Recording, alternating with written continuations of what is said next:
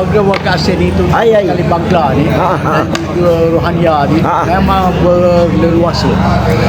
Dan bagaimana kita nak menghindarkannya dan kita membantu kajian, saya dapat membantu kajian. Apakah kajian kena buat macam mana? Boleh. Dan kita risau sebenarnya SMK.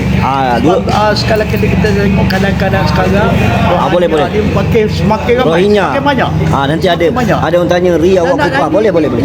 Lagi satu. Saya boleh kupah. Dia orang ni kadang-kadang bila dah kadang-kadang begitu besar kepala. Ya. Samsei dan sebagainya. Okey, saya bagi tahu. Dulu sebab dia orang tak ada berniaga lagi. Dia orang bekerja dekat buruh pembinaan, buruh kilang, buruh ladang. Dia belum ada duit yang banyak. Bila tak ada duit, semua orang akan hormat undang-undang kita. Semua orang jumpa orang Melayu, tunduk tu bos panggil kita bos. Sebab dia belum ada wang lagi, dia belum ada income, dia belum graduate lagi. Dia belum graduate 13 tahun ni. Faham saudara? Saya bercakap ni dalam erti kata Jabatan Terkejah ni kita buat kajian. Jadi sekarang ni saya berbalik soalan ni, apa yang kita boleh buat tuan? Dengar ni, kerajaan tak boleh buat apa-apa dah sekarang ni. Sebab apa? Sebab puak-puak warga asing ni dia dah beli dengan wang yang dia ada ni, dia boleh beli semua dari atas sampai ke bawah, dari hujung rambut sampai ke hujung kaki. Dia cakap apa? Selagi lembu makan rumput di Malaysia, selagi itu kami boleh ada. Selagi lembu makan rumput. Saya tak sebut siapa. Saya tak sebut lembu apa yang makan rumput. Pasapa dia kalau saya sebut dia ada yang panas telinga. Maksudnya, contohlah saya pergi terjah dengan Ustaz Sufian. Kita pergi terjah warga-warga asing ni. Kita pula kena ugut dek lembu-lembu ni. Bermakna orang mereka yang berkuasa. Mereka yang bukan berkuasa saja, mereka yang jadi tali barut. Mereka ni yang dapat income bulan-bulan. Dia jaga kedai Pakistan, dia jaga kedai Bangla, dia jaga kedai Rohingya, dia dapat bulan-bulan RM500 satu kedai. Kalau 10 kedai RM5,000 dia dapat. Dia orang ni yang marah panas telinga. Memang lembu. Bukan setakat info saya kena ugut, kena warning. Saya disuruh berhenti bersuara, saya disuruh supaya diam, macam-macam. Mari kita bersatu, nampak? Awak faham? Awak share dulu. Saya bantu, saya ada cara dia. Dengar ni. Saya akan bantu sebagai mewakili rakyat Marhain. Kalau kerajaan tak buat apa yang saya cadangkan ini, maka isu ni tak selesai. Saya boleh bawa usul di parlimen dengan izin. Parlimen rakyat lah, bukan parlimen dekat bangunan parlimen lah. Okey, usul saya pertama, dengar baik-baik. Rakyat-rakyat yang dihormati semua. Share dulu, tap screen dulu. Awak tak tap screen, baru 4,000 like. 4,000 cak ayam. Kurang-kurang 10,000. Awak bila orang joget-joget, bila orang main kepala mikrofon, banyak awak share. Betul, kadang-kadang tak tahu apa cerita joget gini, gedeng. Bukan main share lagi. Bila isu rakyat, bila benda-benda yang baik, bila benda awak benda gini lah awak kena share supaya orang semua tahu, pengkhianat tahu. Bila awak tak share, baru 5 naik 5,000. Bila cakap tap screen tap screen. Yang nak bagi gift cepat-cepat bagi gift. Saya ni sebagai wakil rakyat Marhain lah, saya bertanding pilihan raya kalah, orang tak undi. Tapi saya terus bersuara. Sebab bagi saya, suara rakyat tu tak semestinya kita jadi YB. Kalau kita jadi YB, masuk sidang DUN, tidur dia. Tidur. Lepas tu pergi minum teh, ketuk. Lepas tu dapat elang bulan-bulan. Ribu-ribu buat apa? Kalau kita jadi wakil rakyat pun, kita masuk Dewan Rakyat, Dewan Undangan Negeri, kita duduk bercakap benda-benda yang tidak ada kepentingan untuk rakyat. Kita duduk main politik, hentam sana, hentam sini, macam itu yang rakyat kata macam monyet dalam zoo. Duk gaduh sendiri. Dia tak tahu bahawa negara kita ni nak dijajah oleh puak-puak warga asing ni. Ni saya nak bagi tahu saudara. Jadi wakil-wakil rakyat macam kami yang terpaksa bercakap, Ustaz Sofian, lepas tu yang India tu Mr. Loga, ramai lagi lah yang terpaksa bangkit kita ni. Okey, kalau awak tanya soalan saya tadi, saya huraikan ya. Yang pertama, apa yang kerajaan perlu buat ni memang kalau kerajaan buat, insya-Allah. Sebagai yang pertama kerajaan bertindak. Ya, nak bertindak. Jadi kerajaan kena bertindak. Yang pertama saya nak bagi tahu. Share dulu ya. Yang pertama, kerajaan mesti ambil tindakan tegas kepada semua majikan-majikan di seluruh Malaysia ni. Majikan-majikan ini perlu dipastikan ambil 1,000 orang, hantar balik 1,000 orang. Maksudnya dia ambil 1,000 orang untuk kerja ladang, buruh ladang lah. Hantar balik 1,000 orang. Dan majikan ini kena ready dengan, contohlah dia punya pekerja ni nak habis bulan 2 ni.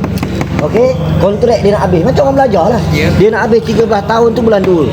Jadi majikan ni kena hantar dekat, submit dekat orang penghantaran balik ni dekat Jabatan Immigration. Jabatan Immigration pun tengok, oh awak punya pekerja 1,000 orang, awak nak hantar balik. Ya, nak hantar balik. Jadi kena ready dah flight ticket. Faham yang saya kata ya?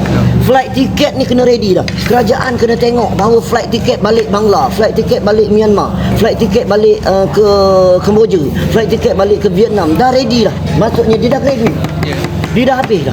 Maknanya flight ticket dah ready apa semua, majikan boleh charge kepada pekerja. Pekerja banyak duit. Ya, betul. Pekerja tadi saya kata okey, dia ada ribu-ribu duit. Saya dah cerita tadi, dia kerja sini 13 tahun, kalau dia simpan 1,000 sebulan, dia ada 156,000. Takkanlah nak bayar tiket 4,000, tak boleh. Majikan bayar separuh, pekerja asing bayar separuh. Betul eh? Ya, betul. Okey, dengar baik-baik. Jadi majikan-majikan yang tak, maksudnya dia nak habis pada bulan Februari ni, kena submit semua ni. Ada 1,000 orang ni semua kena ada tiket dah, nombor tiket dia apa semua. Maksudnya majikan dah ready nak hantar dia balik. Okey? Kalau tiba-tiba tak ada, pihak Jabatan Immigration boleh siasat. Kenapa ni ada 50 orang ni tak ada ni? Dia tak nak balik ke? Betul tak? Jadi majikan ini kalau tak hantar balik pekerja ni, dia boleh dihukuman denda kompaun yang tinggi, jutaan ringgit satu kepala. Contohnya satu kepala 100,000, 200,000. Kalau ada 5 orang tak balik, dia kena kompaun 1 juta. Okay? Nampak saya bagi tahu. Jadi majikan ni jadi takut.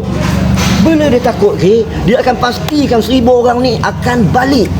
Contoh. Jadi bila Bangla ni dah graduate, dia pastikan pekerja asing ni tak cabut lari.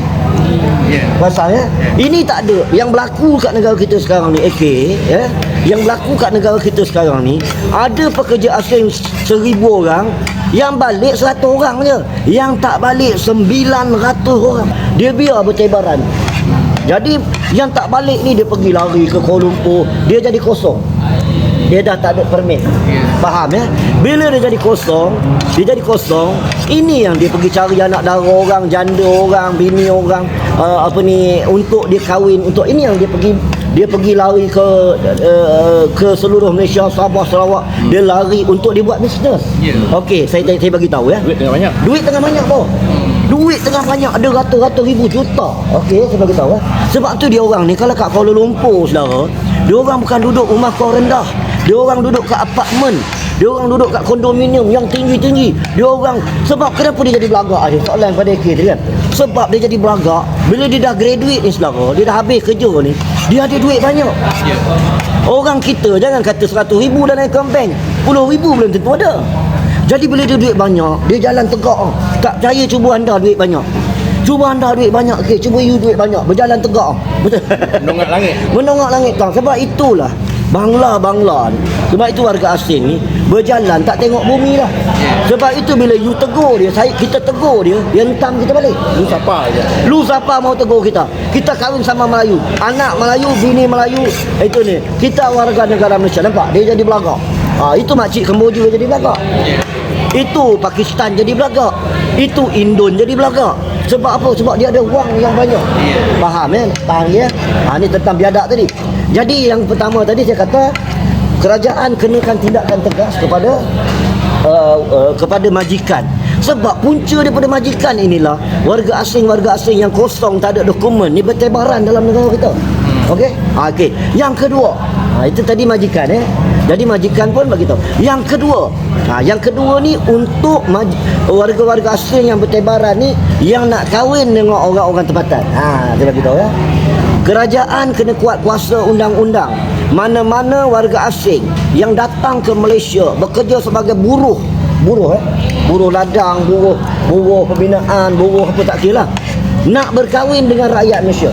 Okey, nak berkahwin, dia kahwin kat Golok ke, dekat Siam ke, dekat Siwat ke, dia mesti lapor balik dekat Jabatan Agama Islam sini. Okey.